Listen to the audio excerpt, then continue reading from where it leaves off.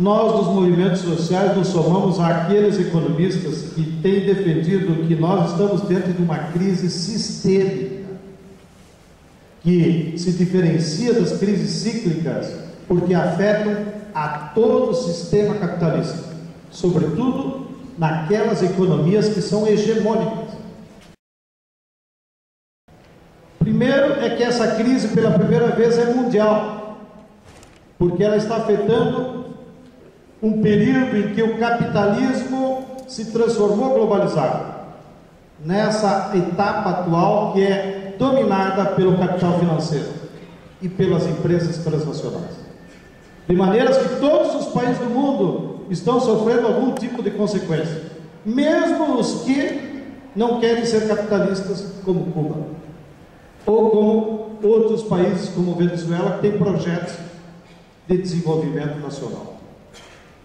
O segundo componente é que essa crise ela tem componentes sociais muito mais graves que as anteriores. Nos períodos anteriores, a maior parte da população vivia no campo, e o camponês tem condições de resistir melhor às crises capitalistas, até porque o seu modo de produzir é pré-capitalista, e a sua lógica não é do lucro. Agora, pela primeira vez, nós temos mais da metade da população morando nas grandes cidades. E se tirar a China e a Índia, dá 80% da população nas cidades. Qual será a consequência de uma crise para as populações das cidades? Ninguém sabe. Terceiro componente é que o padrão de produção e consumo do capitalismo nessa etapa atual, globalizado, está colocando limites aos recursos naturais e está trazendo consequências que, pelas simples saídas keynesianas de voltar a crescer ou voltar a aumentar a produção, encontrará certamente limites na natureza. Como produzir mais automóveis se não tem onde botar e não tem combustível para eles? Como aumentar os bens de consumo na Europa se todas as fontes de energia da Europa se esgotarem? Só ficou energia nuclear.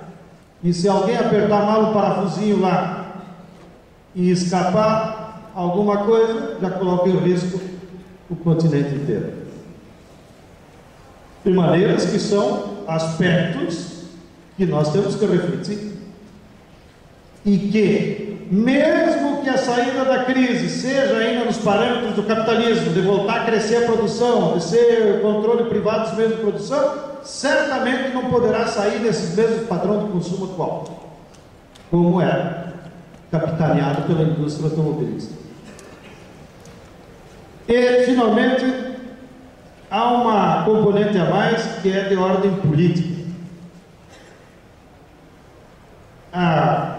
O capitalismo se transformou em internacional, dominado pelos bancos, pelas empresas transnacionais, e atua em todos os países do mundo. Ora, para encontrar uma saída a essa crise, serão necessárias medidas políticas. Não basta simplesmente aplicar as regrinhas keynesianas lá, diminui o consumo, aumenta o investimento e volta a crescer. É preciso colocar normas, restrições, direcionamentos para o novo ciclo do capital. E quem terá o poder político para fazer isso? Se agora o capitalismo é internacional. Quem? O G8? Um bando de 8 velhos gagá que ninguém sabe quem é? O G20? Só porque vai lá o Lula oferecer dinheiro e trocar agradinhos com o Obama? As Nações Unidas?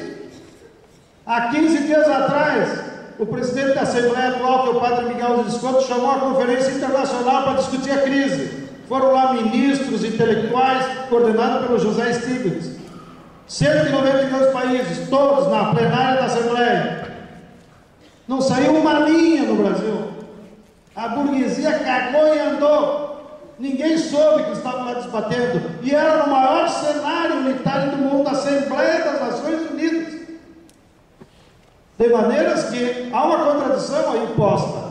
Não há um poder político suficiente para normatizar o capital. E, portanto,